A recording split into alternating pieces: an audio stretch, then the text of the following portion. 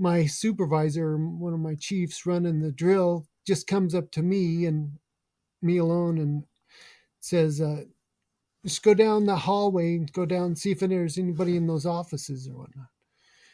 And I had already been kind of keyed up, like something's going on, just from various things, that interactions that I'd had with people, and just like feeling on edge. And I didn't like his command because he's asking me to break the cardinal rule, which of firefighting, which is you don't do anything alone. And we're still having this drill. The drill's still going on.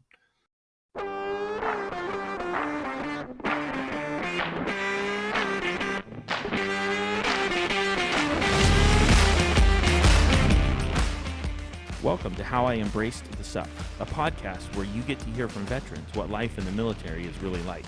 I am your host, Walt, and before we start, you should know that I do not censor the show in any way. You have been warned.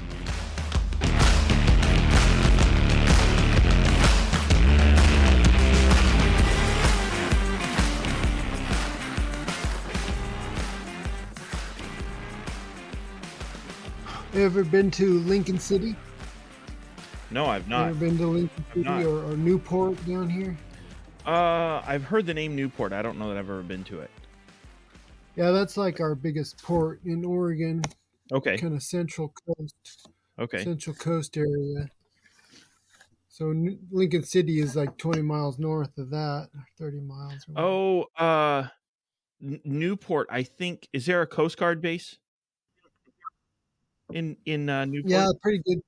Yeah, pretty good sized Coast Guard station in Newport, and then also one in Depot Bay, which is a little bit further north. Okay. Than Newport. Yeah, it's the smallest bay or smallest entrance point in the world, or port. They call it the smallest port in the world or something. Right. Depot Bay, interesting place. Right. Well, yeah. If it's a small entrance, it makes sense, to have a Coast Guard presence there. Yeah, and then Newport, they have a main station with a helicopter and quite a few bigger ships or whatnot. And then NOAA also built their new offices there in Newport. So they used to be in Seattle and up in Washington, and they finally convinced Congress to move the NOAA base from Seattle to Newport. Right. That happened a few years ago. So Newport's getting to be a pretty good hub of things going on. Pretty, more job opportunities for folks. Lincoln City has the most hotel rooms on the coast, so our thing is definitely tourism. Yeah. Well, today we've got Ren with us, a former Air Force, and has now sailed some. So he saw the light and went from airplanes to boats. Yeah. I mostly dream about the sailing, but I did manage to sail a little bit with this Golden Rule ship. Okay. But if you want, I could probably start from why I joined the military or whatever. That seems to be great. A typical question you have. So, yeah, it was for me, I guess, adventure, of course, and bored. Kids are like endless years of going to school, and it seems like you just get into a rut, or you don't want to. You want to just break out, and do something crazy, and so military seemed like an interesting option. We weren't actually at war in the 80s, although I was somewhat aware of what's going on in Panama or Grenada or Latin America, or you'd hear, well, it doesn't sound particularly good what we're doing down there. But I didn't really have any great ideas to like challenge the system or anything, but I figured it should be more interesting than just going over to Oregon State to continue going to school and getting some job or whatever. Right. But and my dad had been in the Air Force. He and his brother had joined the Air Force as just enlisted, I guess, and then went to cadet school because they wanted to avoid the Korean draft. So they thought it'd be a better chance if they went into the Air Force and got a non-combat gig in there. But, So he was in the Air Force for about the same amount of time as me, 5 or 6 years or something. Okay. But he never suggested like, oh yeah, you should join the military, it'd be good. My dad was more like, not he didn't tell me to fuck around, but he's just like didn't seem to give me any big kick in the ass to go make money or worry about any of that shit. Just try and have Mm. some grow spiritually or whatnot. But he wasn't like a big hippie or one anything either. But he was actually more of a capitalist than I was. But anyway, so I joined the military partly too because of I guess kind of a bullying experience that I experienced in like 12, 13 years old. And this one kid, my peer, but he kind of lured me behind the bushes, and I think his father got a hold of me or something. And one of his parting comments was, "Just remember, we can do that to you anytime," or whatever. I was like, "Holy shit, this is fucked up." And I don't know. I guess I had some imaginary thing of like facing head on into it. Like you feel like this Mm. nastiness is coming. If it's coming from the military, it's like this whole. I think his father probably fucked up from the Vietnam War because he's been in Vietnam, been in the army for quite a while. Yeah, we were all in the same grade. We were all seniors, same class. But two of my friends, Randy and Mark, we went into the Air Force, and I remember going to the recruiter and went to the Air Force first, and they're real nice. It seemed like, the most comfortable route, and like not not I'm not wasn't real excited about thinking about having to figure out how to kill people or whatnot. It's like, oh yeah, in the Air Force we can do this. But Right. open general ended up going open general. I remember I talked to the Marines, and they're all big, strong, and tough, and like, oh, you need to be a Marine so you can be the toughest or whatever. I'm like, oh, okay. And I don't know. I had kind of a fantasy like, well, maybe I can do that at the same time I do the other one. No. So I went into the Air Force and joined in when I was 17. So you do the delayed enlistment. Got a pretty good Mm. score on my ASFAB, I guess. So they were glad to get me. They they I convinced them that I hadn't smoked pot. That's always a good thing. Like my friends and I were both like, "Fuck no, don't say you ever smoked pot," because once you get on that list, you're like, then they'll be fucking following you for your time in the Air Force. Right. So yeah, no, no, sir. And the doctor in MEPS, the military entrance place, he was like, yeah, we get.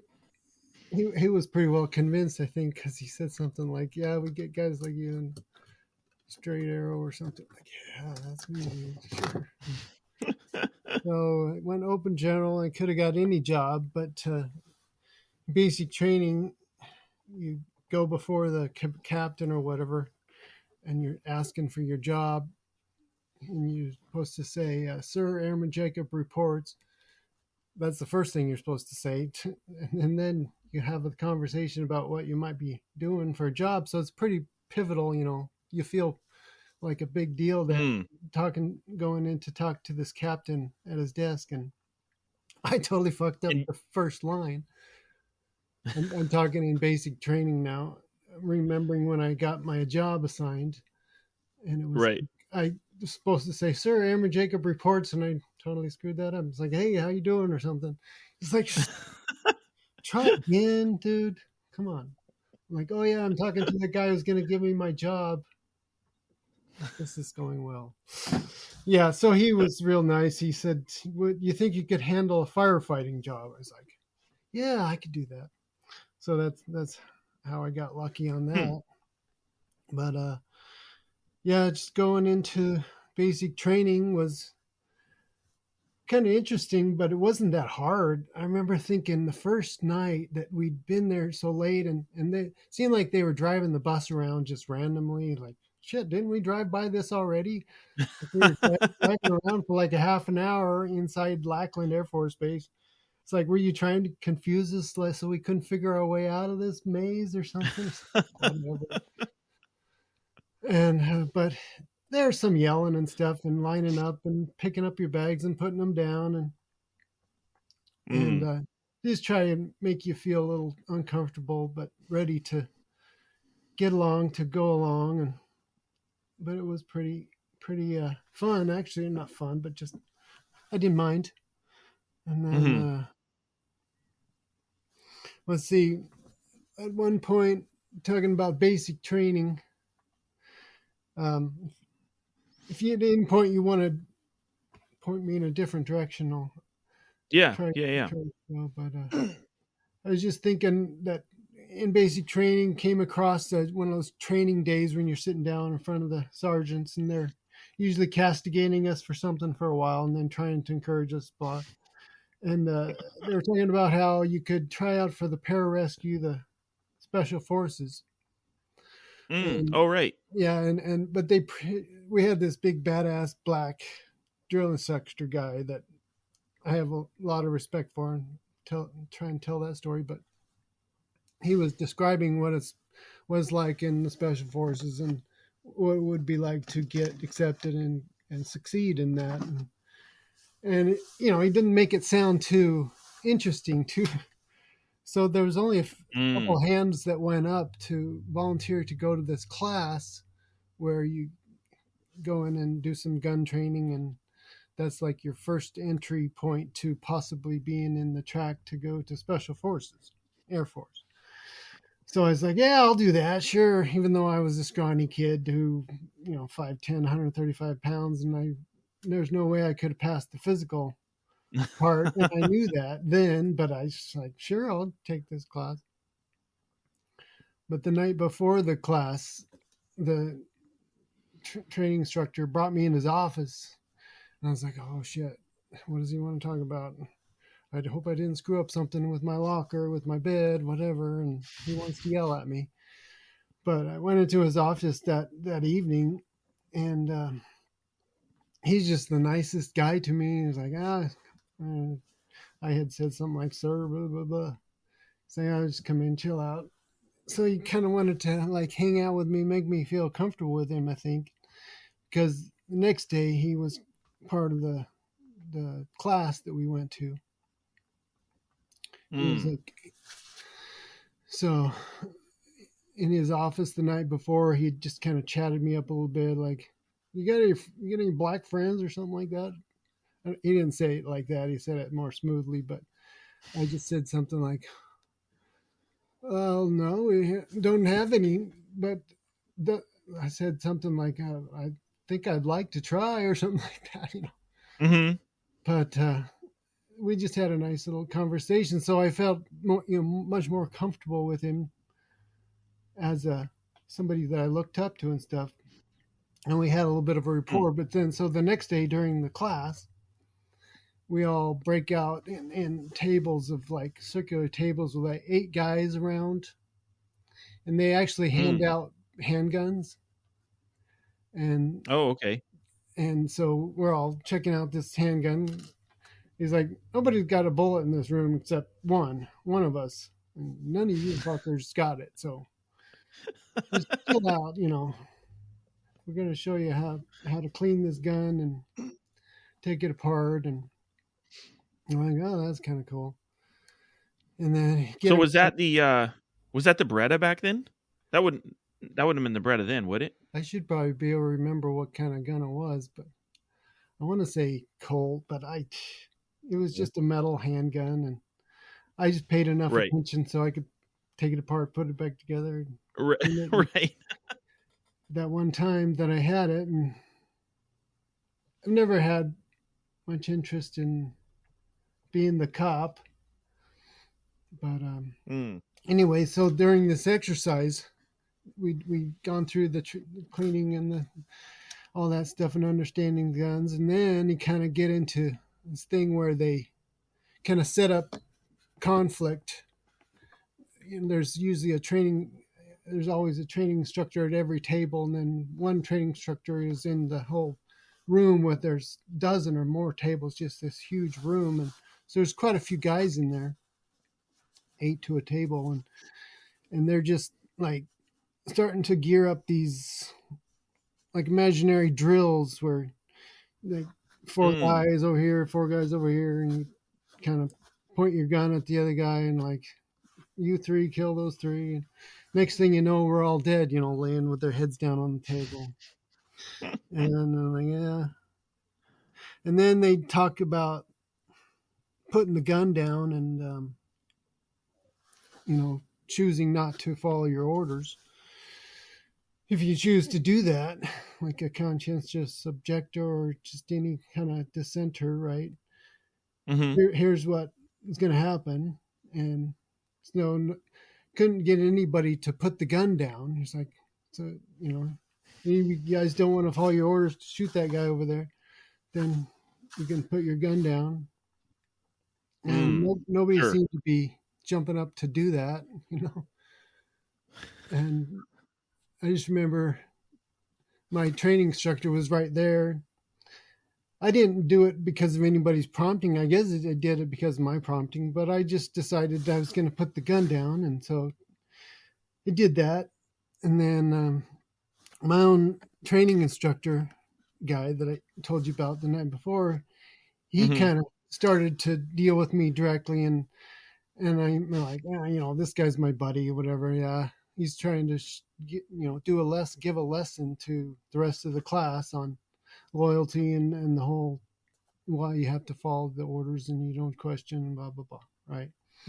Yeah. Yeah. And I agree with him because I like him or whatnot, but then he starts getting more and more confrontational with me, and at one point I think he put me in handcuffs. Yeah, definitely put me in handcuffs, and so he had a handgun, and I don't know if I remember waving around or what he was doing, but he kind of bent down in my ear at one point and he goes, act it up a little. Like, I think he kind of wanted me to, cry and whatever. And so I started kind of yelling and, please, don't shoot me or whatever. And then what else? Oh, I said, the smart ass came to mind and I said, I haven't even got laid yet.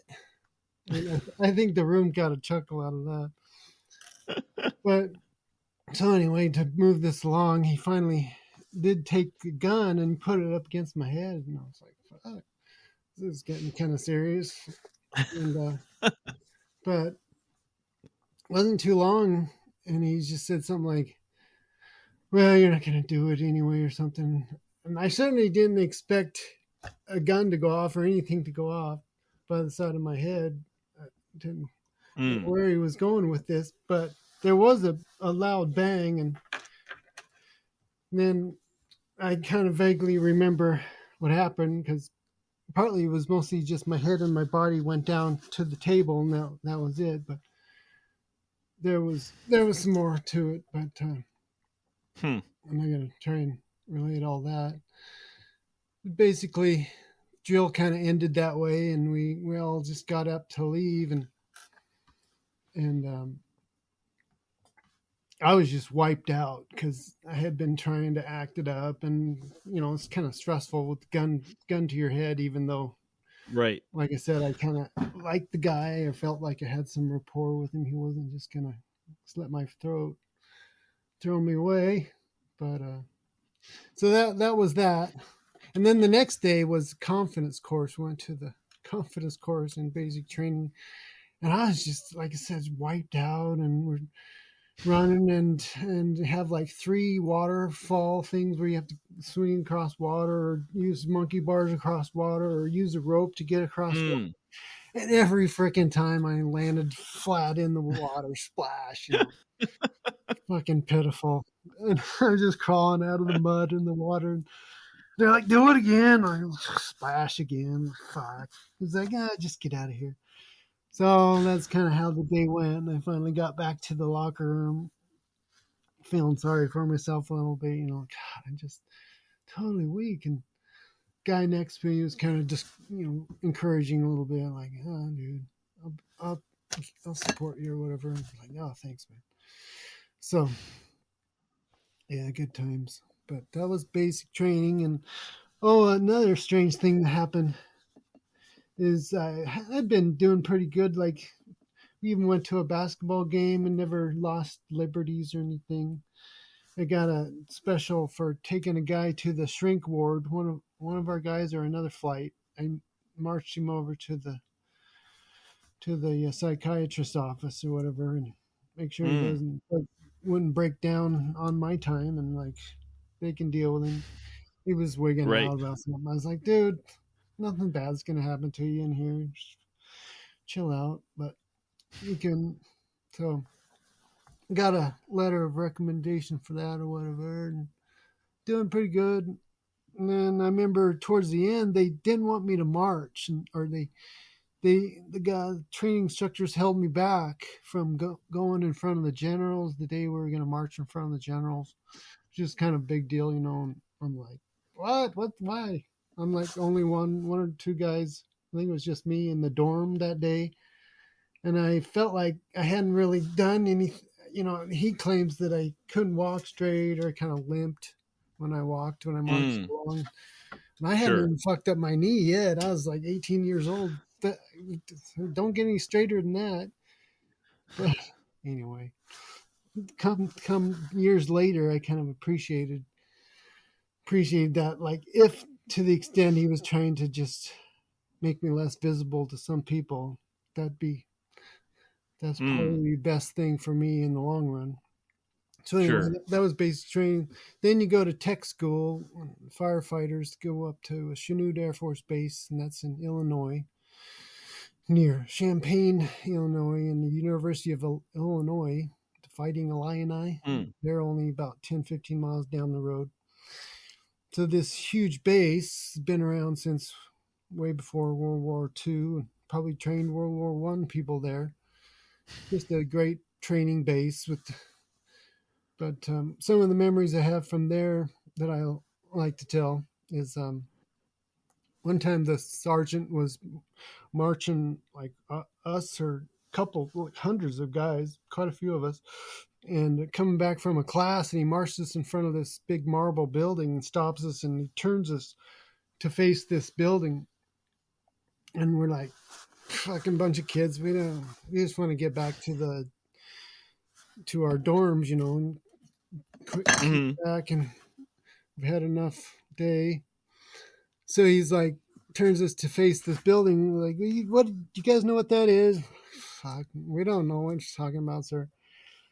And he's like, take a good look at that building. It's the exact replica of the Nazi high command building over in Germany or something. We're like, Oh. we're all just like, oh, really? Well, that's interesting, I guess. Whatever. And so things like that stand out to you years later, like, oh yeah, I wonder what he was trying to tell us there. Yeah. And Was it on base? that was kind of the centerpiece of the base, this old marble facade, you know, real nice building. That's kind of the Hmm. headquarters building of the training wing, I think they call it. I can't remember the numbers. Hmm. So Chanute Air Force Base, famous for their food. They have the best food in the military. It's like cruise line Mm. buffet action, or your best buffet you can think of with all Right. fixins. That's what it's like at Chanute there. So we're spoiled by that. But it's only 6 weeks. Is the technical school, and I think it's interesting. Back in the 90s, now the Clinton administration shut down that base. It probably Mm. doesn't have anything to do with the Clintons or whatever, but they shut down that base, and I always wondered, like, such a waste of all, because they've torn down all those buildings and basically turned it into a farm field again. But Hmm. I wouldn't doubt that some of it might be related to like all this freaking toxicity that's been spread around there from the air Oh. air operations and the firefighting training too. We used the AFFF foam. I don't know if you've heard of PFAS or these. Not the technical terms, but I've seen like firefighting foam and Yeah, it's the very pictures of it and effective, stuff. but it turns out that it has long term bioaccumulative effects on bodies, and so it's quite tall. Oh, sure. And we could have handled it better, I suppose, back then. And but the thing is, there's just no getting around it. You're gonna have exercises where you use this foam on jet fuel they spread like 20,000, 30,000 gallons of jet fuel around this old burnt up part of a fuselage at the training base there. Mm, And that we do that once, I think just once or so. But they do that every week or two or every. right. So this has been going on forever, and then not only jet fuel, the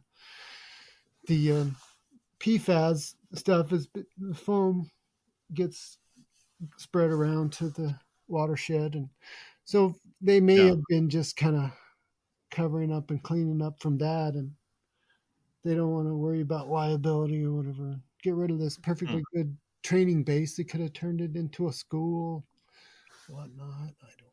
Mm. So yeah, so for firefighting, were you being trained in general firefighting or just putting out airplane fires? Yeah, it was general. They teach crash and structural firefighting, and it's a good, high intensity 6 week course. It's not terribly Okay. difficult because we're not all brilliant engineers or something. We're just kids with high school degree getting some pretty good training there. Right. But yeah, then first base go to is Camiso, which is pretty cool option to go to. I had a friend who wanted to trade me from Ramstein Air Force Base up in Germany, and I was tempted by Mm. that to go to Germany instead of going to Camiso, Sicily. But I decided I want to go to Camiso, and so I went there with a friend that I actually met in technical school. We both went to Camiso, this remote air station in Sicily.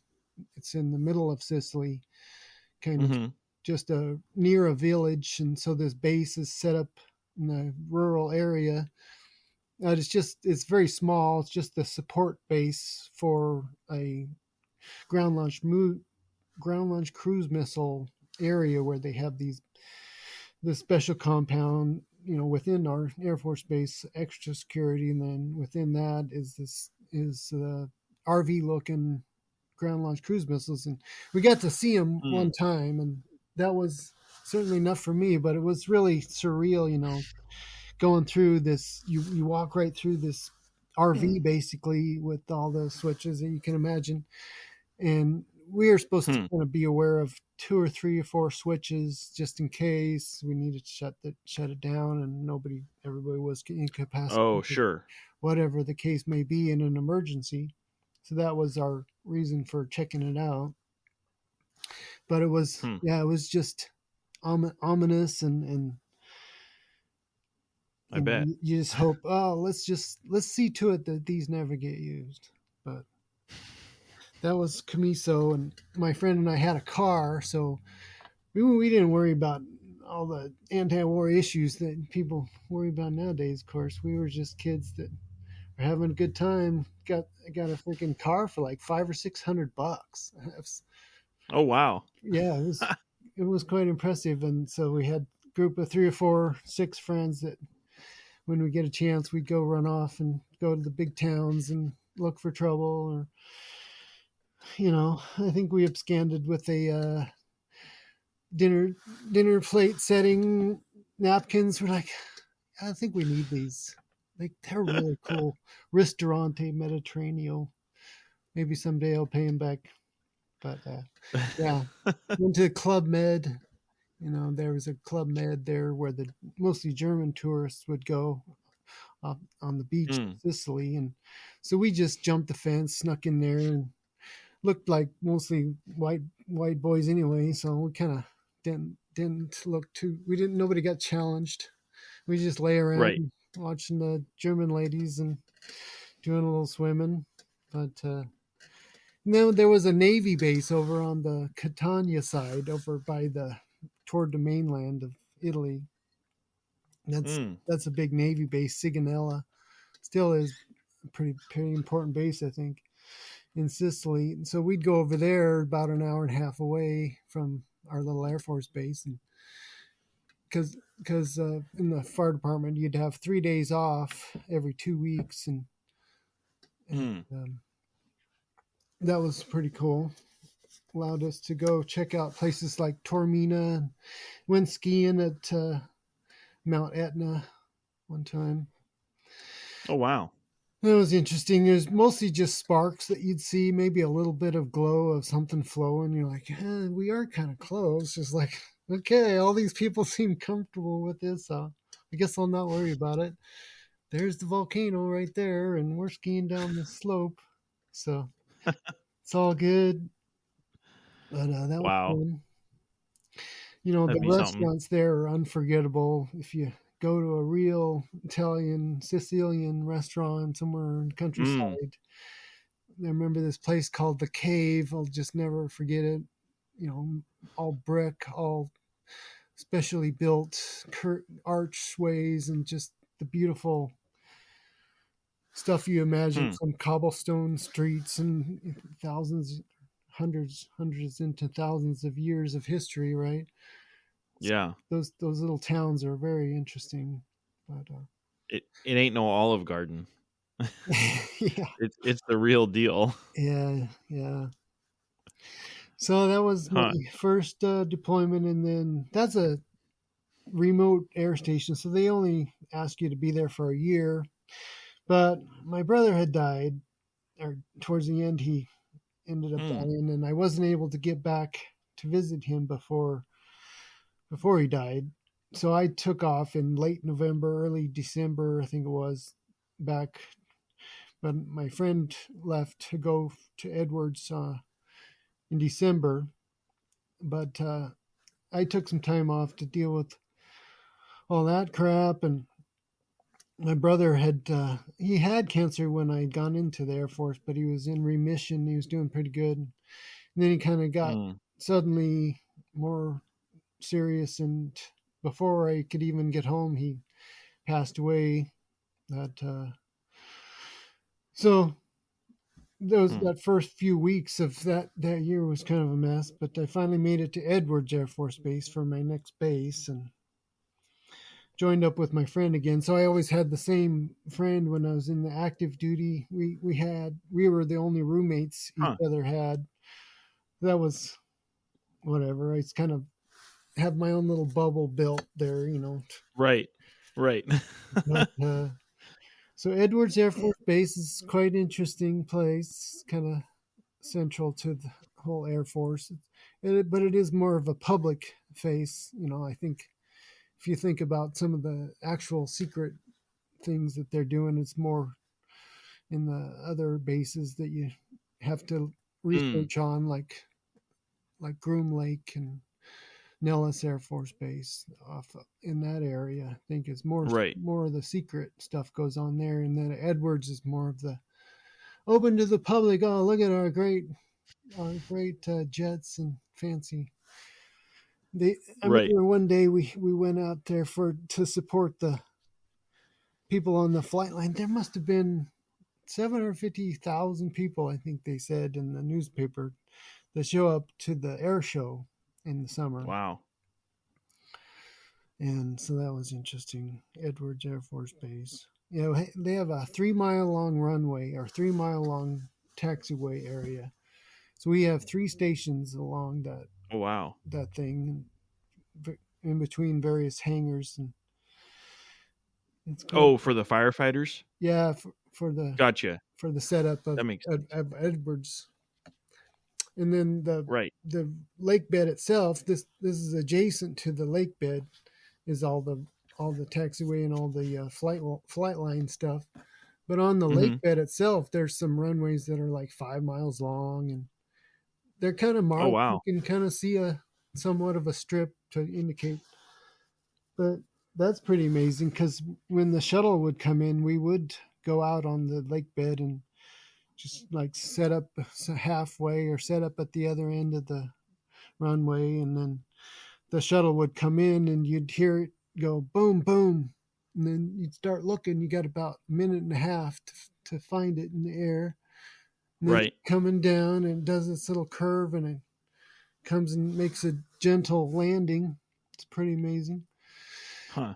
For us kids, we were like not paying attention to all the fossil fuels being all the stuff that goes into it.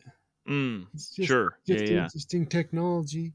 And then we'd watch it as they mount it to the 747 to send it back to Kennedy Right. over in Florida. Yeah. So that was Huh. Edwards Air Force Base. But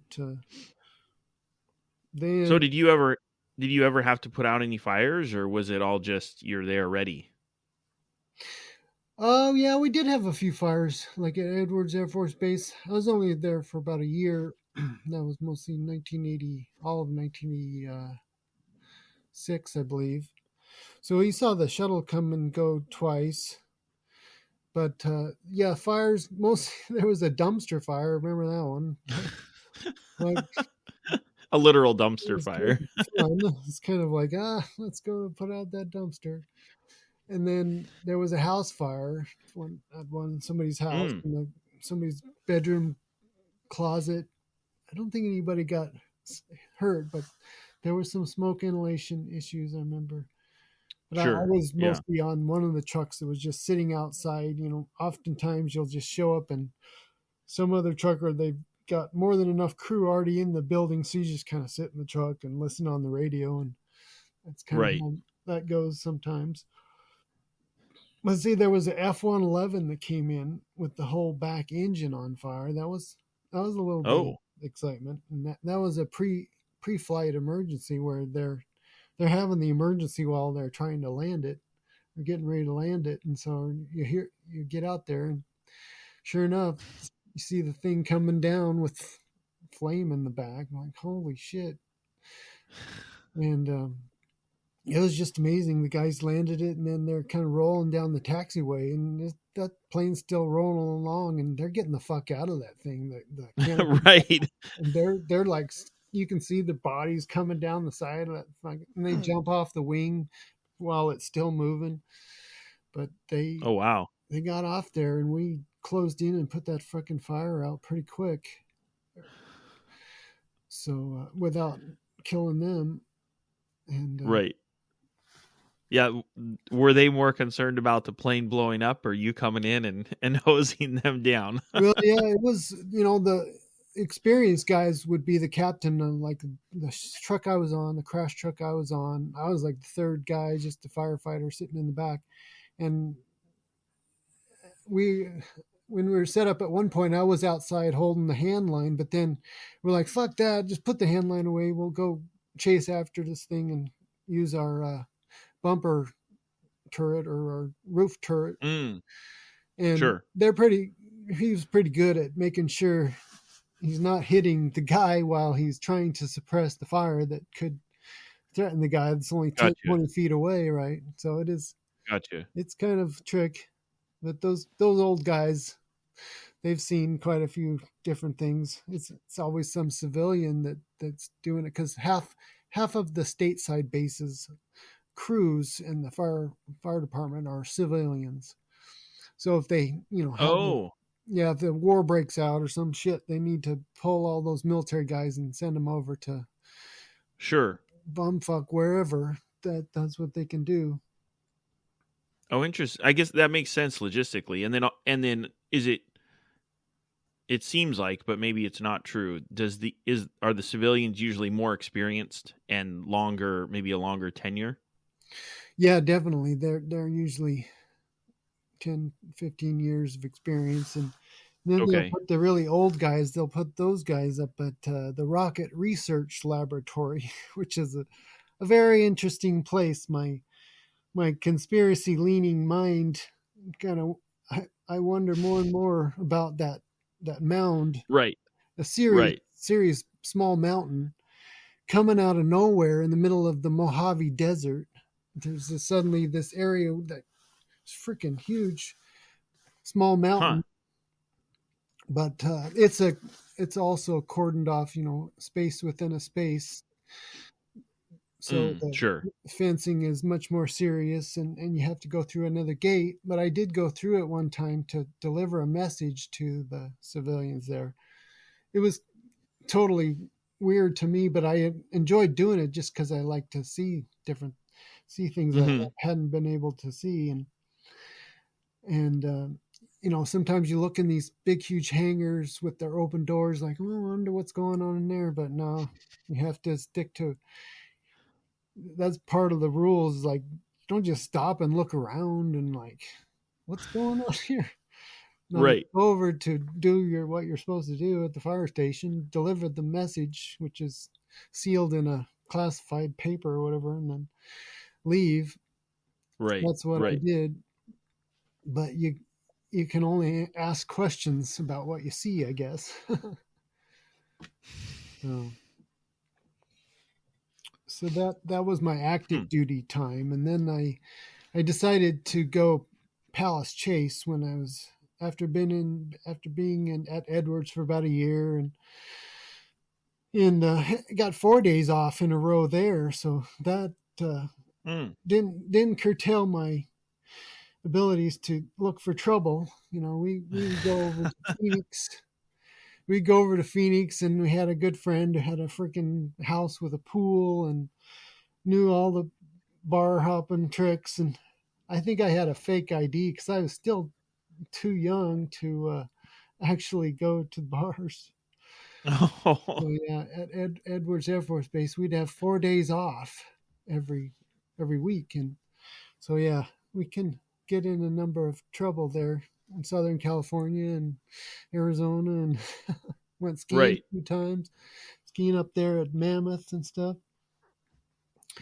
But so then I got bored there and decided I needed to go back to school, and so I needed to go Palace Chase, which I heard about this program where you serve twice as much time in the National Guard as you had left in the active duty. So that's what I did, and Oh, sure. Okay. yeah. And on the way out there at Edwards Air Force Base, I remember getting hit up by some of the younger, seemed younger to me, but they're probably, anyway, getting hit up by people in the intelligence business, I guess, because they're like, well, you don't have to do that. You could do a different job, like could be an intelligence guy, whatever. At that point, I was like, guys, I don't know how comfortable I feel with you freaking guys anyway. So I was kind of, I guess, developing my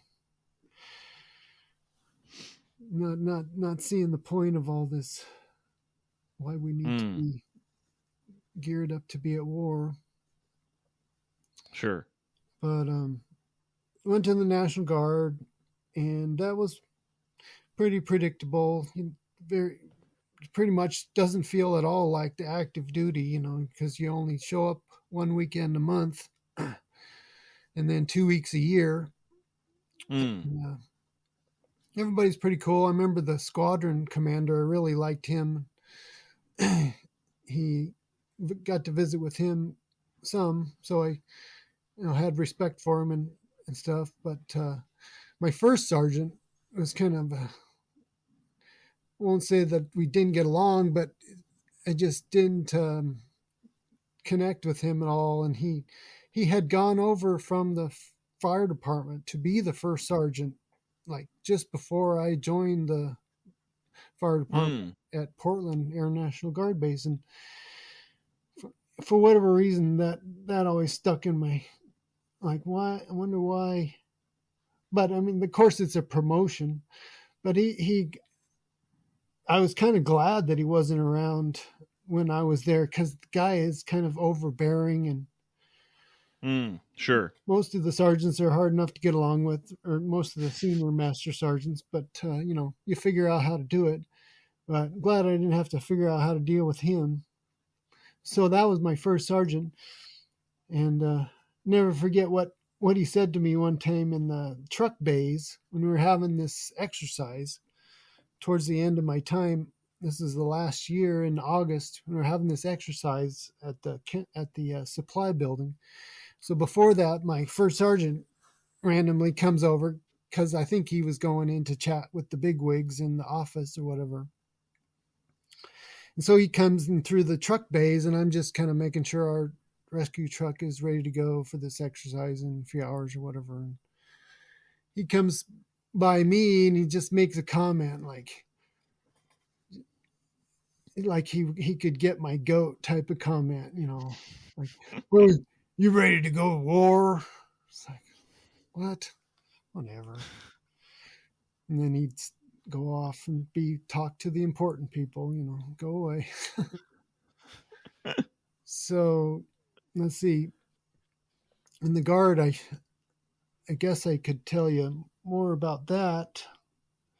I had some experiences that I like to tell about because of the way I feel like I came across kind of an unaccountable factor or part of the power structure of the whole Air Force and the whole, like what's running the show.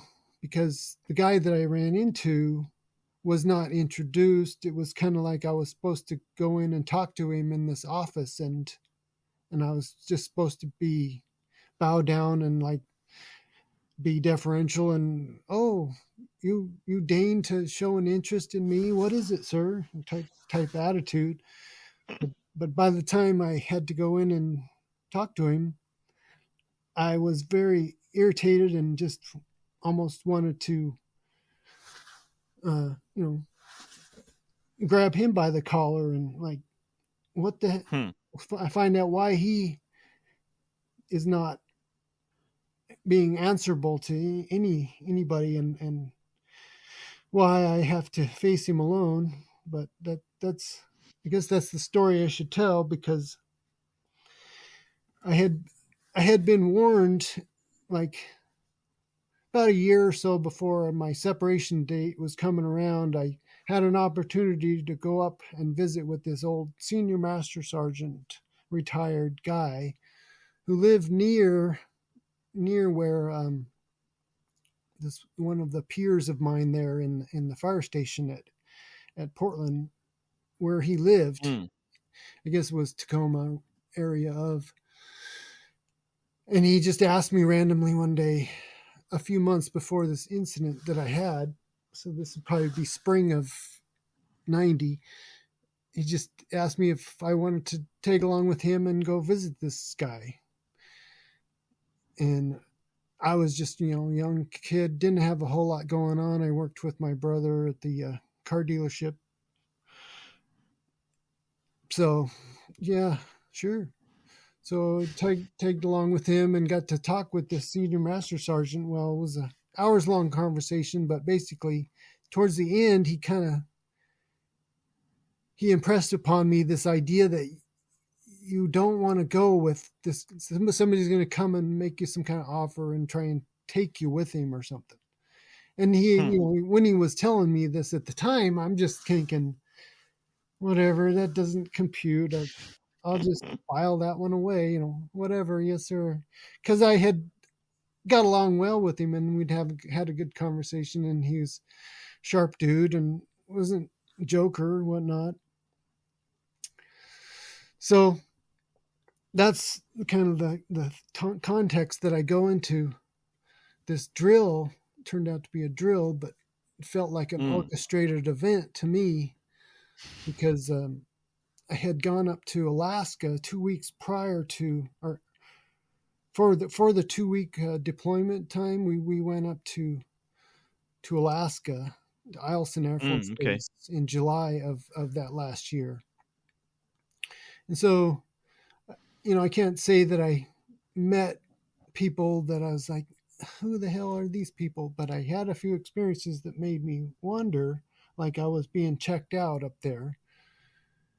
One of my friends is kind of an evangelical type guy, which was fine at the time. I liked him. He was a former Marine, and we got along well, but he was more religious, and so he wanted to take me along to the church that he went to outside of the base at Eielson Air Force Base, and he, made friends with his evangelical buddies, I guess. So I did that with him, and it's like, oh, whatever. They can just spout whatever they're saying. That's great. I'll just sit here and okay. And I remember hearing from somebody in the congregation or whatever, like, oh, we have this guy named Rand or something. It's like, you should meet him. I'm like, well, where is he? What are you talking about? And then no, nobody. I never actually met anybody like that, but it's kind of a little bit creepy sometimes when you like feel like people have an interest in you and they don't even know who you are, or you don't even know, like, what the fuck, who are you people? Mm. But it was just not that big of a deal. But for some reason, I feel like there might be a connection to the guy that came down to Portland. Might be a connection to up there in Alaska. Mm. But so in August, late August, we have our weekend drill where we show up early Mm-hmm. Saturday and early Sunday mornings for our drill. And we'd been planning for a couple months to have this exercise where we simulate a chlorine spill in the supply building. And it's going to be, big deal. Multiple squadrons and agencies from around the base are going to be involved in it. The hospital, the ambulance crews, and different responding agencies to this hazmat or this more bigger situation. Mm-hmm. So we'd been talking about it for a few months. So we finally get around to doing it in late August, and it kind of randomly happens that the day of the drill, first thing in the morning, we come in there and they're like, hey, there's this jet airplane or fighter jet in the hangar, and we're all going to go check it out. Like, oh, okay, that sounds interesting, whatever. So we all file in there, and there's lots and lots of people pretty early in the morning, still 9 or whatever. And you could see like officers and the people that matter there huddling up and kind of talking over across the way. And then we're all kind of filing or getting ready to line up to go check out this MiG-29, I guess it was, that was in the hangar. And of course, Mm-hmm. nobody explains why the fuck is this thing there? How did it get there? Who Right. owns it? What? Since when do we have Russian fighter jets sitting around on Right. an American Air Force base? I've never seen it before, but wasn't also coming to any conclusions about the whole situation either. So we walk through there, and it's a two-seater, one behind the other. And they show us 3 or 4 switches: the ejection seat switch, the auxiliary power unit, the main power switch, the firefighting switch, access points, and these things that we would need to pay attention to. But I never had any explanation. My hunch is that this guy I ended up talking to may have come to Portland in this plane and left in this plane also. But that's just speculation on my part, because nobody has the answer to that for me, of course. So the drill, just kind of explain it fairly quickly, but we have a simulated chlorine spill, so we had also simulated wearing our air packs, which we should have been wearing. We did have our turnout gear on, I think. Maybe we simulated that too, because it's like, whatever.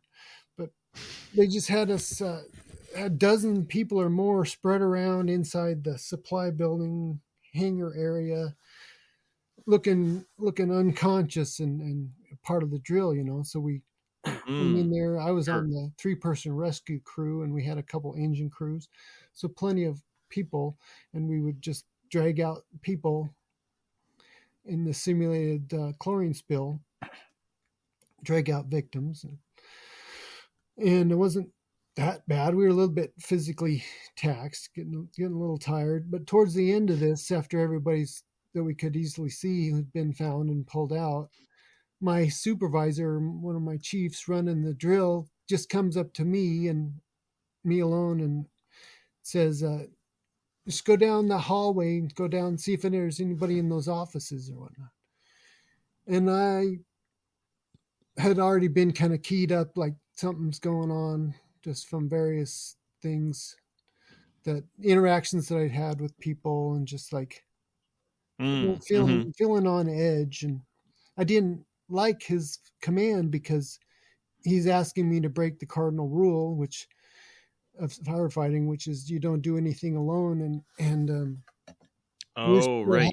we're still having this drill. The drill's still going on, so we're still searching for victims. And whatever, whenever you're operating that environment, you don't want to be operating alone because you might be the next victim. And then they were like, "What happened to the dipshit? He didn't call back on the Right. radio. Oh shit! Now we gotta drag him out too." So Right. that's the cardinal rule of firefighting. But he's telling me to just go down the hallway and break that. And so Hmm. I kind of you know I decide that instead of doing that, I'm just going to go continue the secondary search of areas that I kind of already seen, and I'm just going to ignore him because he's not listening to me. He's not looking at me when he's telling me these things. He's clearly either hiding something, or I don't know what's up with him. But Hmm. I'm just irritated, and maybe I don't feel like I'm ready to go face what it is I kind of feel like I have to go face in that down the hallway. So I just spend like 15 minutes wandering around this building doing a secondary search, left hand searching the walls. I even go upstairs at one point, this loft area up over the supply building, and I find it Mm. totally enclosed, dark space because the lights weren't on. And I felt so much comfort there from all the inputs of people, and it was a hot August day, and just I was Right. tired of dealing with all the bullshit, and this totally black enclosed space, nobody's up there, and you feel kind of pull yourself together a little bit. So that's what I did up there, and after a few minutes I just went downstairs and realized I'm gonna have to go down there. And sure enough, my supervisor's like, just go down the hallway and see who's. I'm like, whatever, just get out of my way. Shut up. I didn't say shut up, but all my crew members weren't around, so I couldn't like talk with them about it much anyway. So I just went Mm-hmm. ahead and went down this hallway and went in there. And when I did, what I found was an old guy. I think he was kind of standing up in front of or on his side of a desk. And then he kind of sat back, or not fell back, but just kind of went back and sat in his chair or whatnot. But I noticed this young kid in the corner of the room, like on the opposite corner, like he was just frightened in the corner of the room, all trying to disappear, like not be seen or something. And I'm Hmm. kind of like, I don't feel threatened at all by him, but I wonder what the story is. What's the connection between this kid and that guy? Right. I'm checking out this old guy behind the desk, and he's looking the part, dignified and wearing a blue dress shirt, but he didn't have any rank, didn't have anything to identify who he might be. Hmm. If he was a general or whatnot, you'd Mm. mostly shut your fucking mouth and say sir a lot, and just like, Right. oh. So I didn't know what I was dealing with. And so my response was, sir, we're having a simulated chlorine spill. We need you to evacuate the building. This was what I was going to say to him. But before I could get through that line, he cut me off and he just goes, "What do you want?" Like as if there was something that he could give me that I'd want, I guess. So that's what he says. "What do you want?" And I said, "I don't know." Like, I was going to be water skiing with my brother-in-law and my sister out on the lake, and that could have been interesting, but I don't know. What are you talking about? Basically. And he said, "Well, I do know. I know that I want to be with you."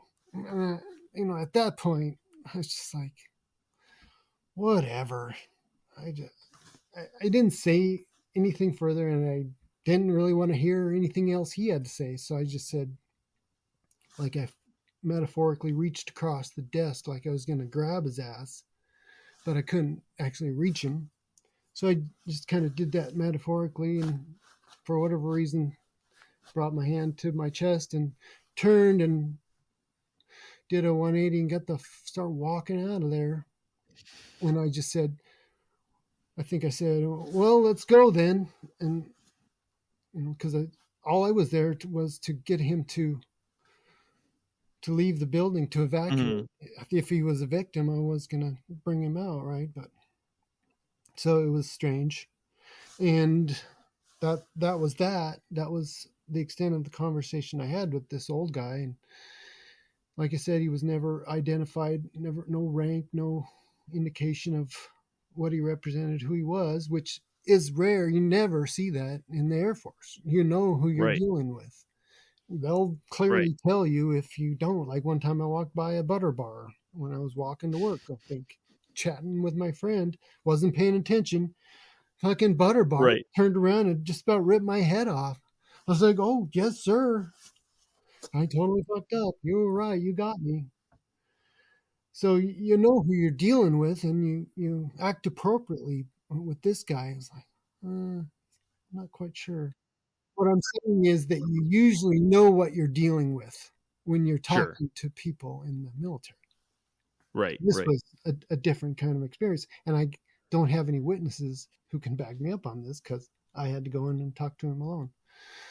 So it was partially that, and then this Russian fighter jet that I watched leave that afternoon after, like, my crew and I convinced them that I wasn't in the mood to go back to the fire station and just freaking debrief or whatever. I didn't want to talk to anybody. I was still pissed off about what I just interacted with, and this whole "who the fuck are you" attitude, and maybe my first sergeant, but he wasn't around there, so I probably was a little afraid of him. But that would be good advice. But anyway, I just didn't want to go back and deal with all the questions, not questions for me, but questions that I would have for other people. And they all just were looking at me with these blank looks like, what are you talking about? Like, whatever. I have no idea what you're talking about with this guy. So that was my predictable interchange with those guys. So I talked my crew into go into the perimeter road of the airport, and we just kind of seemed like we hung out there for an hour or so. And it wasn't too long after this whole event started to cool down, and the trucks went back to the station, and we just went our way. And maybe an hour or two, that you could hear a jet warming up on the taxiways and whatnot. Of course, couldn't see what it was, but we heard it and saw it taking off. It was this MiG-29. Certainly looked like it to me. And I'd gotten pretty good at identifying the planes, that are taken off from the airport as firefighters. So it was just taken off by itself. Usually the Air Force planes go in pairs sometimes.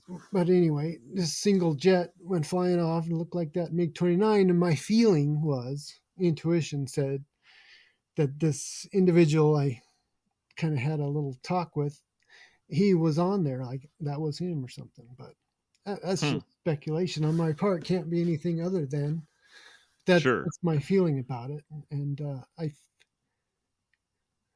I wouldn't describe it as conflict with him, but it's like, to some extent, maybe if you don't go along with what he wanted or what he's offering, if you fucking do what I did, then you might just be on his shit list. And in that case,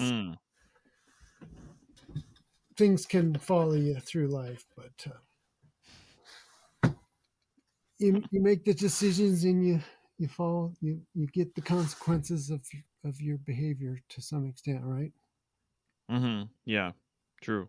So that was my experience in the Air Force. A couple months went by, and I wasn't able to get any answers from anybody in rank, and I got along with most everybody. I've tried to tell the story to my commander on my separation interview with him, and he listened, and I think he heard what I was saying, but he didn't have any context to compare it to, because he said, which is true, he wasn't working that weekend. Like that wasn't his weekend Mm, to show up, so he had no idea sure. about this Russian jet or any of the shit that was going on here or at the Portland International Guard base that weekend. So, Hmm. but he listened, and I kind of told him, with the first sergeant, his desk was just like down the hall and one office up, and so I could see him at his desk when I went in to talk to the colonel at the commander of the squadron, and I Hmm. kind of said something not derogatory necessarily, but just kind of like tried to indicate to him that I don't trust that freaking guy, that first sergeant. I don't like. Not that I didn't say I don't like him, but I just tried to let the commander know that that guy is not trustworthy. Like Mm. he wouldn't even look me in the eye. He knows. I think he knew I was in the hallway, and because his door was wide open, you could see him at his desk. But he refused to look at me. I think I said something to him. I was like, "Hey, sergeant," or something. He's just very busy.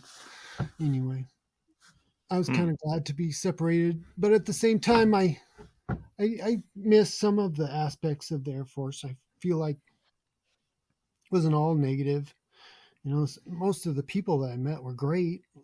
Like you said, like that colonel, just a great leader, somebody that if you're Hmm. actually in a fight or you needed to rely on some kind of military power, his job was engineering squadron, so he probably would have been setting up camp for people or just taking care of people or whatnot. But that's the Hmm. kind of guy you want leading the group, and I was glad to be part of his group. And he actually offered he told me if I wanted to rejoin with him to come back, and he would take me back.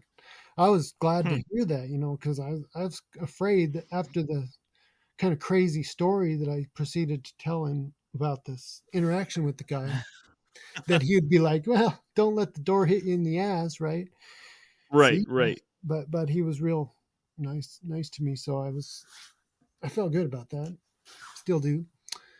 That was my Hmm. time in the Air Force, and then yeah,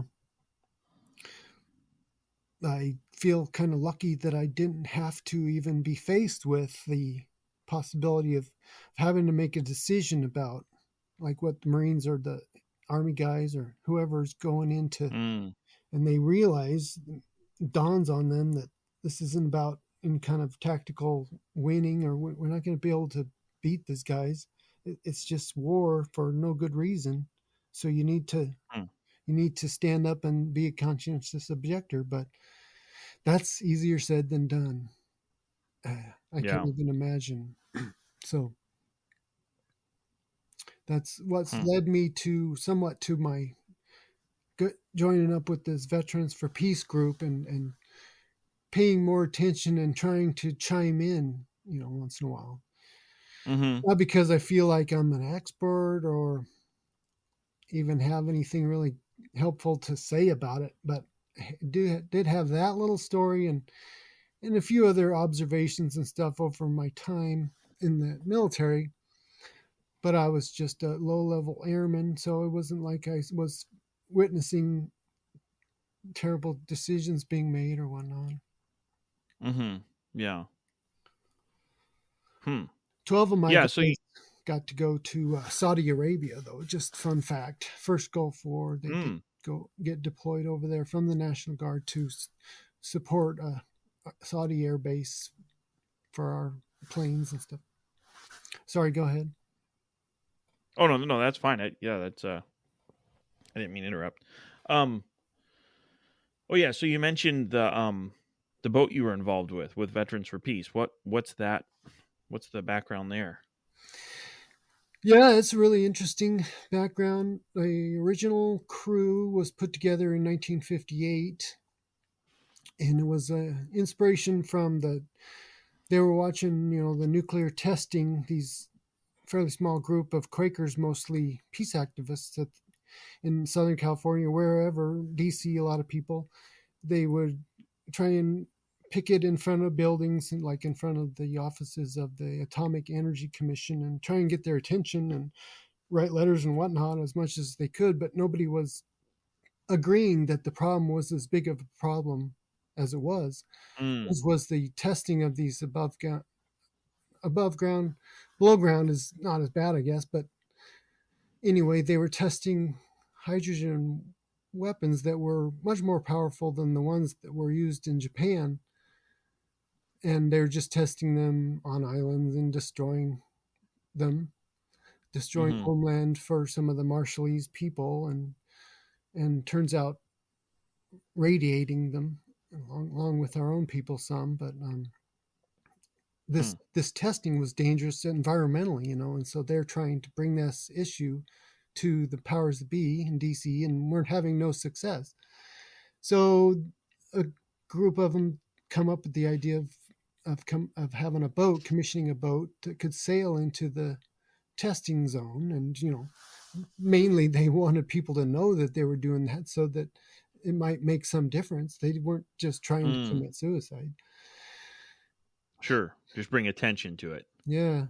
So Yeah. that was the plan. And in LA area, where most of them were from, I guess, three conscientious objectors were the part of the original crew. And then this captain, Bigelow, Albert Bigelow, was a Navy captain, but I believe above the rank of a captain even. He was pretty high level Navy rank, but maybe not admiral. Anyway, Hmm. he had given up his pension to receive a pension as a retired naval officer in and he claims as in protest to his involvement in World War II. So Hmm. he turns out to be the captain and kind of one of the driving forces, but it's really credit to the Quakers group and to a lot of these volunteers you just would never hear of, because there was a lot of work and of course raising money to make it happen. And just kind of Sure. amazing a few points where it might not happen. But so 1958, and then they actually had to wait till 1959 because the first effort to go to Hawaii from LA, they ran into some terrible storms, and one of the guys got deathly ill, and the Coast Mm. Guard was going to take him from them, but they decided it was best just to head back, even though they were 4 days out, I believe. So they head Oh, back. wow. 1958, that failed attempt to cross the Atlantic or Pacific, but still they rallied, and the volunteers and the Quakers and the people got together and helped reset them up for another effort. And they had to go with a different crew member, although David Gale, I believe, still lives. It's one of the Hmm. they're all old, as you can imagine now. But, Sure. Yeah. yeah. So one of the famous lines that I like to say from Albert Bigelow, who was getting pretty famous in newspapers at the time, but also on the TV in Southern California. He got on a late night TV show, and they do the trailer or the teaser earlier on in the broadcast day, like, tonight Mm. you got to tune in. There's a guy who's going to kill himself in the South Pacific or something. You're like, what? Right. And he's like, no, I did. That's not what I want you to say. Right. Right. But so let's see. They So say, they commissioned. They had the ship built for this purpose. yeah, it was Huh. fairly new ship. I think 1957 or so that it was probably built, and it was designed. Okay. It was designed by, shit, I can't remember the name now, but it was a Southern Californian guy, designed to sail or motor over to the Channel Islands from like Oxnard or Southern California there, and then you could Mm. sail back on a nice beam reach. So it's not the Okay. greatest sailboat. It's kind of a catch rigged, which means you have to lift it from the back end from the front to get the mainsail up. It's kind of a Okay. careful dance, and it's wood. It's got some wood spars, but we have nice equipment on it now. Of course, cable stays and stuff. So it's very safe Hmm. and stuff. But it's mostly we rebuilt it from its original specifications. Okay. Well, I guess should finish the story. 1959, Yeah. they did go to Hawaii. They went to Honolulu with the boat and got quite a bit of press at that time, fairly famous around the country. And but then the first time they were going to go out, there was lots of people on the dock. The town that people knew what's going on, so the Coast Guard was like, no, can't go. And then actually, the Atomic Energy Commission had passed a special rule that didn't even have to go through Congress, but they can just write a rule that no, Right. this boat in particular, and you just can't sail, and you can't sail into these areas as big as Texas that we have marked off. Mm. Okay. So they're like, yeah, whatever, we're doing it. First time they get brought back by the Coast Guard, they get a court case is scheduled for a few weeks later, which is amazing nowadays. You wouldn't have a court case for a year or so. They get a Right. Right. fairly speedy trial and they lose. They had some pretty good lawyers, couple lawyers that tried to make their arguments. They lost, and they were told don't do it again. But of course, they told everybody they're doing it. So the second time they went out, they also got caught, but they not surprising. So they got put in the jail for like 3 months. Spent about 3 months in Honolulu jail. Had the boat taken, and that boat actually ended up going around the world. It ended up back in Humboldt Bay. Hmm. I don't remember all the details. He wrote a book, Captain Bigelow wrote a book called The Voyage of the Golden Rule. And so that was in the late 50s or 60s, I guess, that he probably wrote that book. But the boat itself ended up in Humboldt Bay. So that's what we consider its home port today is Humboldt Bay. And this old wooden derelict, half sunk in the bay, was found by my friend Chuck and one of his marina buddies, a guy that owns Zerling and Zerling Marina. They found this, and they were like, I don't know what it is. Let's just break it up and burn it. Big bonfire on the beach or something. Well, they looked into the history, and sure enough, it was this golden rule. And so they notified Veterans for Peace. And actually, Chuck is kind of a member of, or he's a veteran. And Mm-hmm. so they formed a committee and started raising money. And it was a 5-year long process. We have to give great credit to the marina. Mr. Zerling was very generous with his time and basically allowing us to build a temporary structure over the boat. And for 5 years, they rebuilt it there. I didn't get involved because whatever, I was occupied up here, but I sent him a little bit of money. But anyway, yeah, that's the rebuilt boat now. We've rebuilt it since it was found. The funny story I like to tell about the Humboldt Bay is that it was owned by the last owner was apparently a guy commonly known as Dr. Feelgood. Oh. Remember, I'm sure there's a name associated with it. It's not coming to me, but Dr. Feelgood was kind of the celebrity owner of this boat. But he didn't, nobody, it was just abandoned at the point that Veterans for Peace got a hold of it. So now it's been rebuilt and it's in pretty good shape. It's not particularly comfortable. We have 4 berths, 32 feet long, I think, 34 with the bowsprit, and then about 14 foot wide of beam. So it's a nice beamy boat, but she kind of rides like a fat pig. Okay.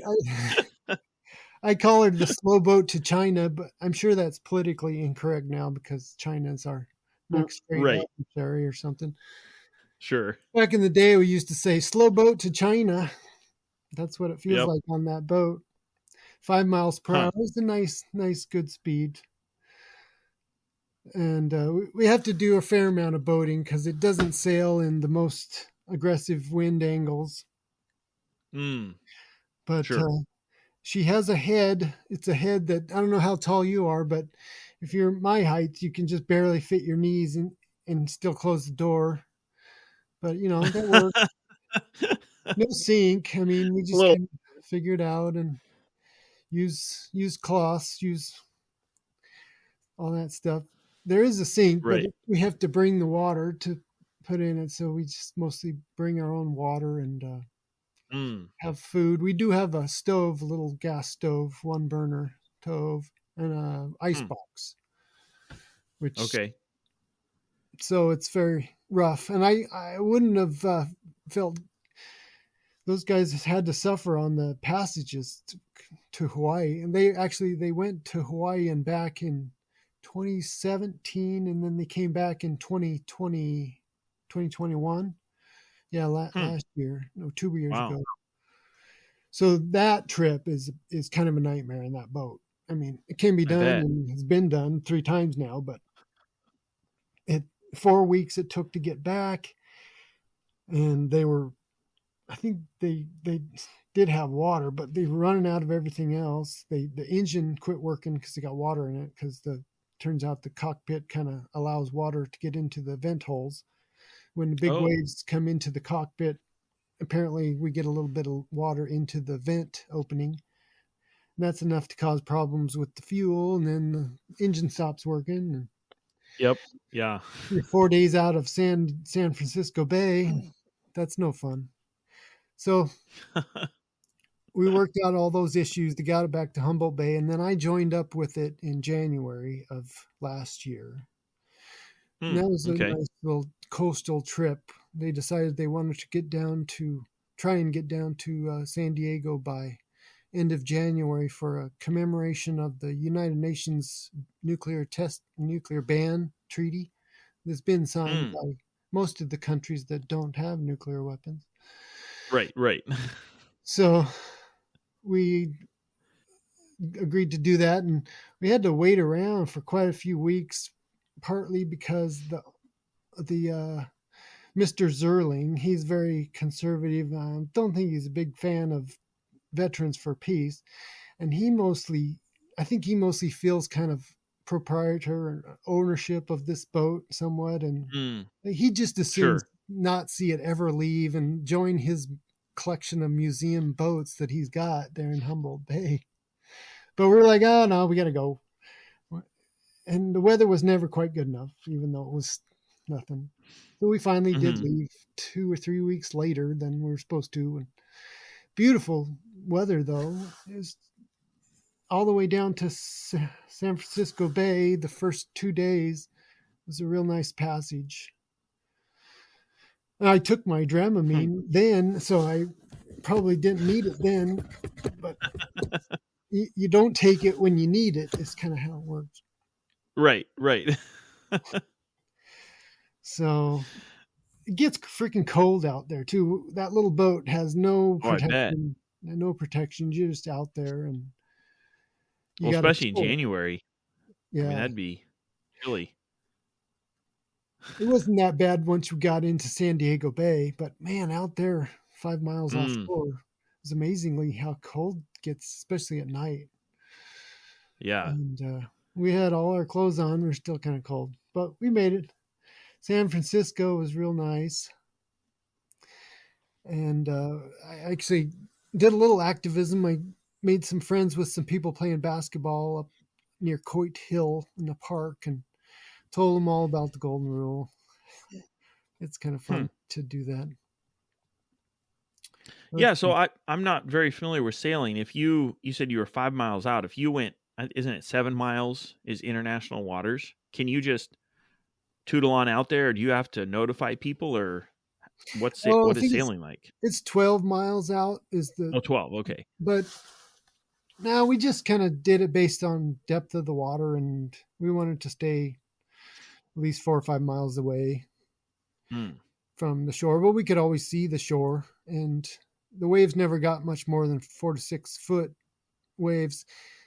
Like we went into San Francisco, it was probably the worst that night that we were heading towards San Francisco, but it wasn't that bad. We had the jib up to kind of settle us down a little, the head sail Mm-hmm. that helped us settle us down a little bit, and we just kind of motored we motored all the way, and But once you Hmm. get around Cape Conception, that's kind of a shift in water. It goes from North Pacific to more Southern California, but much more predictable and Okay. not as extreme as it can be in the North Pacific. Huh. So and it's really a noticeable shift too. You're like, man, these waves are huge. And I was down below and thinking, shit, I can't hardly sit in my bed or whatever. And then it wasn't too long after that, we got around the point and things got much better. And then we went into Monterey Bay. Monterey Bay is such a huge bay, you don't really know that you're in the bay until you start looking around at the water. And man, this thing's so Mm. calm in here. We must be in the bay. Well, sure enough, you'd made it into the bay, but you still have 10 miles to go to get to Santa Cruz. Because Okay. if you're familiar with that bay, it's so big. You can see it on the map, of course, but then Monterey itself is around more on the coastal side of the bay, and then Santa Cruz is Okay. way into towards the mainland of California. Sure. So we Sure. spent a day or 2 days at Santa Cruz, and that was real nice. I got to do some of my own research on some friends that I kind of made through through the activist community. This group called Romero Institute. I'd Hmm. started to pay attention to them through their founder, Danny Sheehan. He's just a guy that if anybody wants to learn history, real history, and kind of put some of the pieces together on various issues, Danny Sheehan is the guy to help you do that. Hmm. He's actually a very accomplished Harvard trained lawyer, but also now he's a priest in the Catholic Church.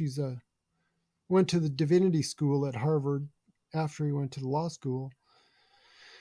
Hmm. And so he gives lectures for free on YouTube. I think he's got a series called Trajectory of Truth. It's worth watching to learn some of the details that he brings out of corruption and how, like in the Iran Contra situation, his group got it as close as we could to exposing the corruption that was going on during Iran Contra. But Okay. and maybe you remember some of how things played out, but they kind of quickly covered it up. John Kerry was key in that, making sure that it doesn't really spill out to exposing our deep state stuff. Sure. Sure. So Like a lot of things, people, it's quite easy to find details if you look into it, but it's never in the public eye. yeah, the media has no Yeah. interest. So Yeah. he was destroyed. Danny Sheehan, his group, his people, somewhat destroyed financially by that Iran Contras case because he ended up losing on this three judge appeals court ruling, and then they also took they took all his funds because they wanted the court costs, which were at that point probably million or whatever. So they Sure. took Sure. all the value, whatever assets they might have had in the Christic Institute, his former social social democratic civil rights based law firm group that was helping people.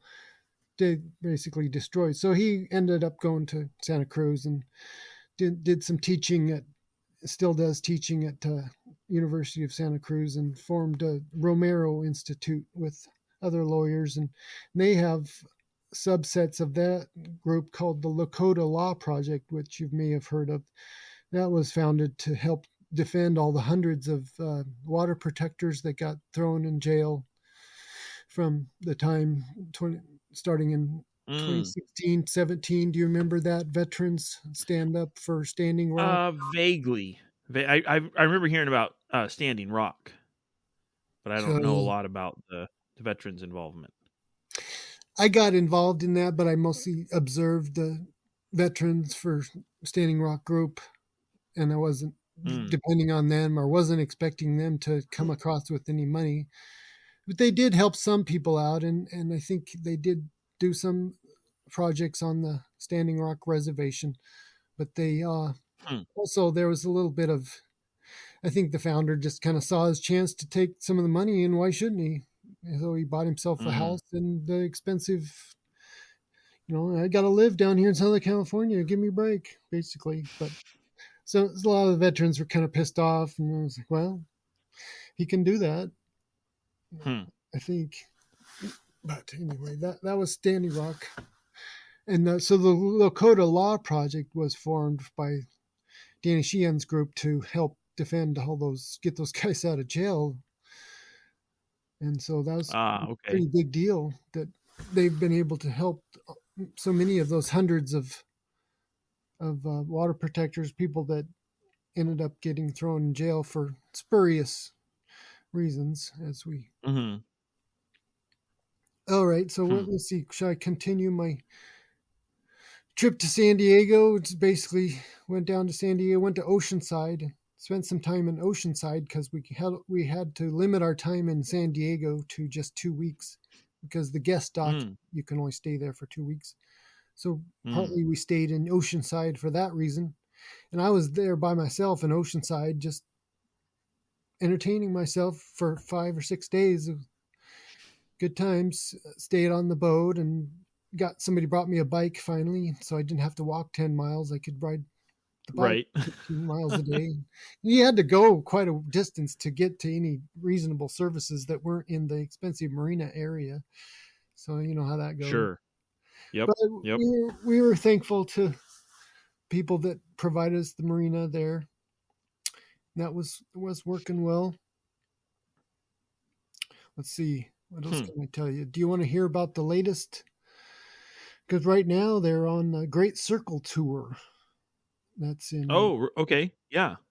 yeah. So Great Circle tour refers to basically going down the Mississippi or other southern rivers down to the Gulf of Mexico, Mm-hmm. into the Gulf, and then you go around Florida and go up the East Coast through the what do they call that? The special. Oh, through the lakes. Well, there's a waterway that goes parallel with the coastline, so it's more protected. Intercoastal waterway, that's what it's called. Oh. Oh. Okay. Sure. They're getting ready to do that in the coming months.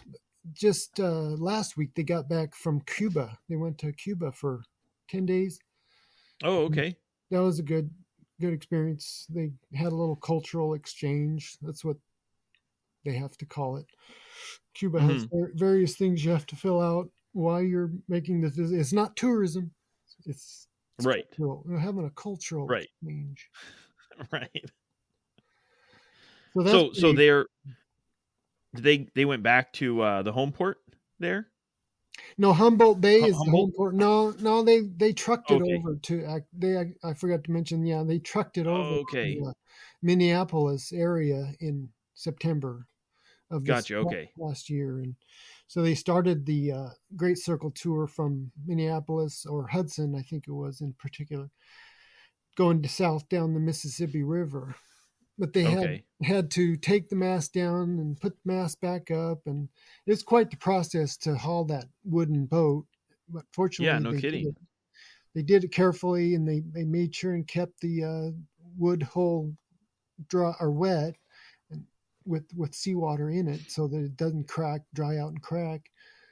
So everything's Hmm. fine, but it was kind of a big deal. I remember the marina guy, he was like, no.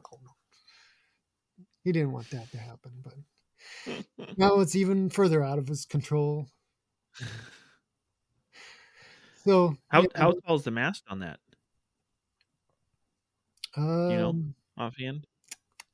they're I'd say good 40 feet, 30, Okay.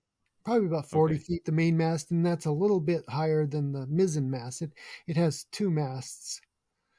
Okay. It's a gaff rigged ketch. My captain would be impressed if I used those words properly.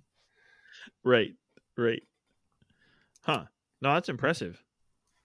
And then, Yeah. so once they get up the intercoastal waterway, is there a destination in mind, or?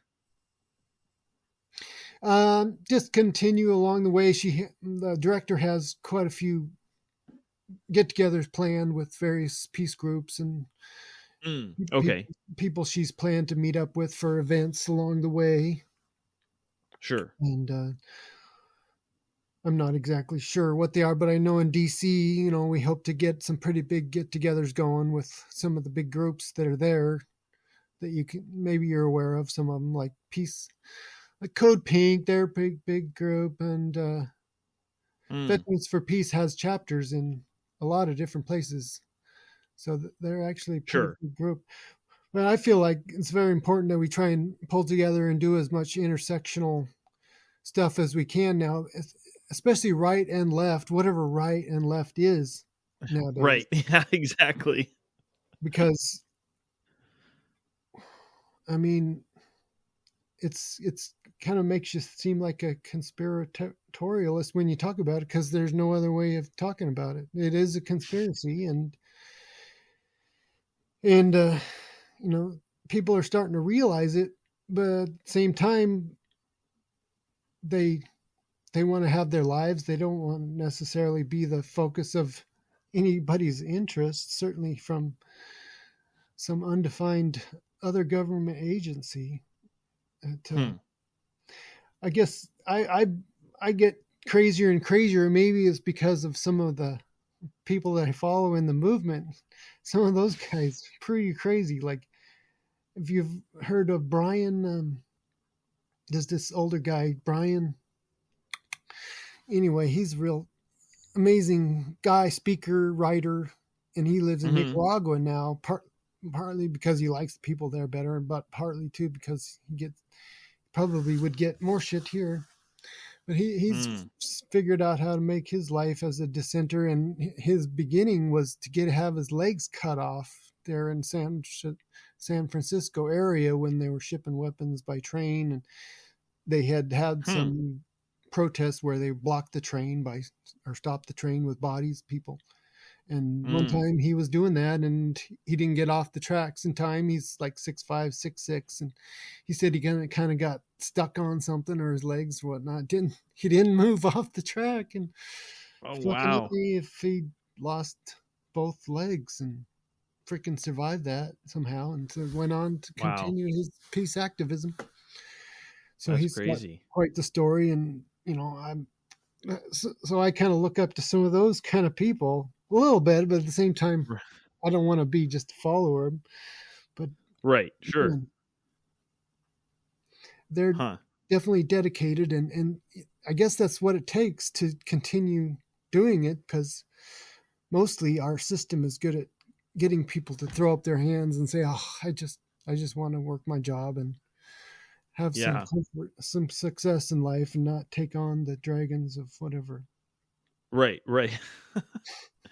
It can be easier for sure, and that's kind of just a thing in life. It's often the easy way is not necessarily the one that's going to give you the most benefit in the long term. Yeah, when they say do hard things, hell is paved with good intentions, and right.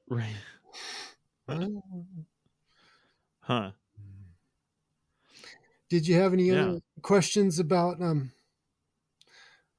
so Veterans for Peace or the Golden Rule or anything?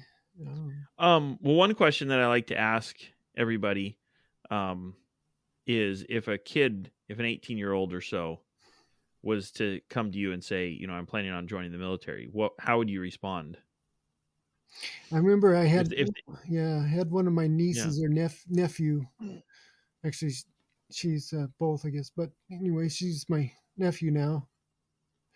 And she had one of her good friends in the room in my house, and he was clearly a candidate for Special Forces, one of those kids, young and strong, football player, whatever.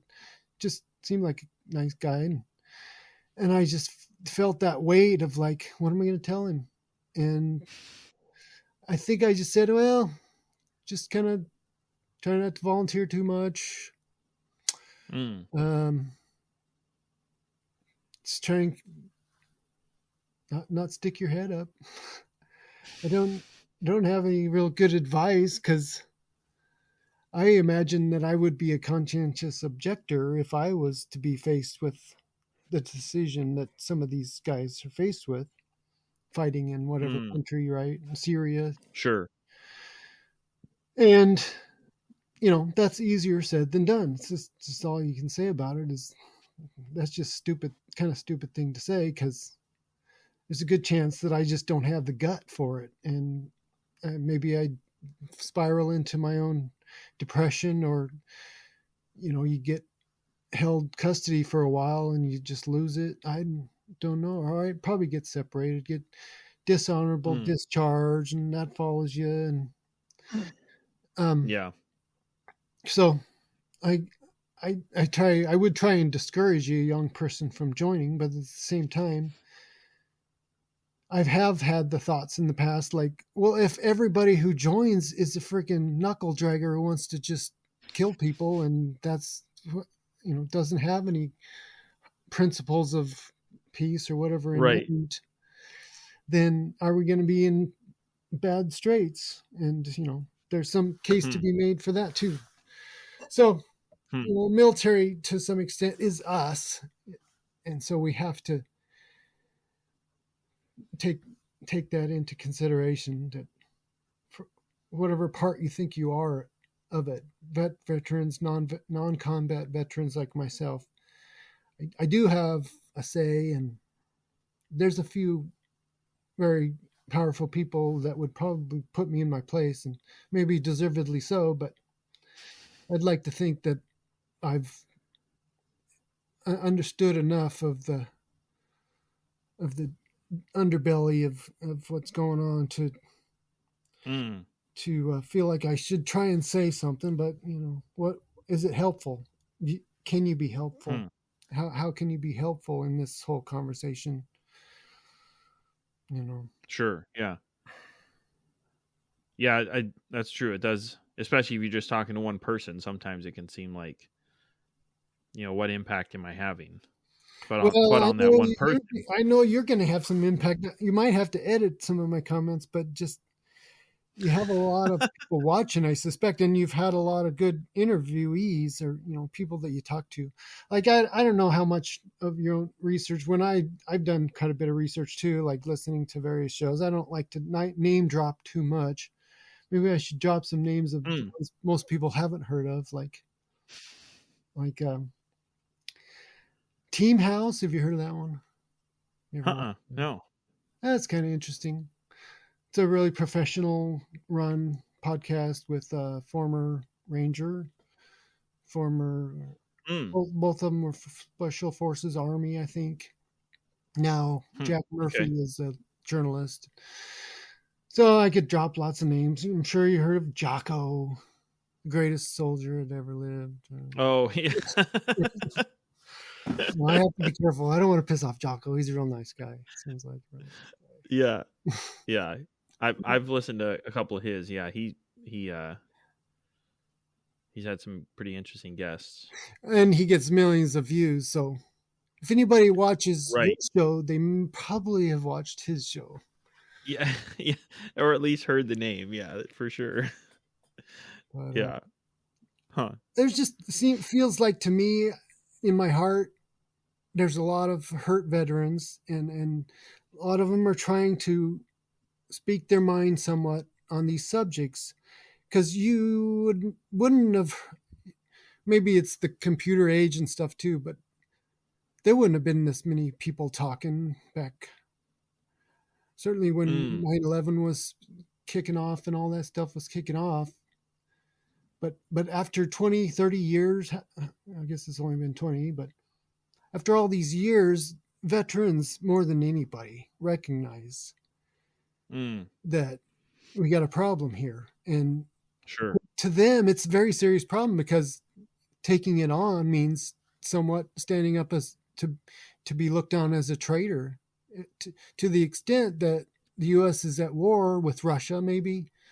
And that there's shit going on in the spy world and the freaking dark world, and shit we don't find out about, like who blew up the pipeline, who blew up the bridge, who blew up this and said it was Russia, when it turns out, oh gosh, I guess it was these other guys that blew it up. Right. these lots of things are happening that we have no idea about. And at what point is the American government going to say we're formally, you need to stop speaking Mm-hmm. against, dissenting against? I'm like, man. But at Yeah. this point, I'm old, and so I did think about that when I was a kid. That's why I got out, so I could sit around and Mm, smoke pot, do whatever the fuck I want to do, not be yelled at by some dipshit to go fucking be in this war. Stupid, but mm. Yeah. uh, I, I've always thought sorry. I've always thought that veterans that are involved in like peace movements or anti-war movements um kind of have taken the biggest brunt of it, because the like you said, the military looks on them with disfavor as traitors or bad, and then people that are involved in the peace movement can often look at them and say, "Oh, well, how can we listen to you because you were part of the system or you were, baby killer or whatever they would say." So Mm, when a vet is involved in yeah, it, it's like they're really standing up for what they believe in because not a lot of people are willing to listen to what they have to say. They're taking a bold stand. So I think yeah. there's a lot Well, to be said for that. and I think that most peace activists are sensitive to that. Mm, Much more than the past where you hear about baby killer comments, but the sure. anti-war movement was bigger then too. So there's that. But so Mm, I think that the veterans certainly have their voice should be listened to, and even though we touch on these sensitive topics, we should continue. And I like the voices of Jesse Ventura. I like the voices of other anti-war vets, and Matthew Ho. He ran for Congress in North Carolina, and I was impressed by mm. him. So there's a lot of people that are doing the hard work, but the power and the money just continues to grow, and it's really kind of disconcerting at this point. Thank you for listening to this episode of How I Embraced the Suck. If you enjoyed the show, tell a friend. And as my Girl Scout den mother used to say, stay frosty.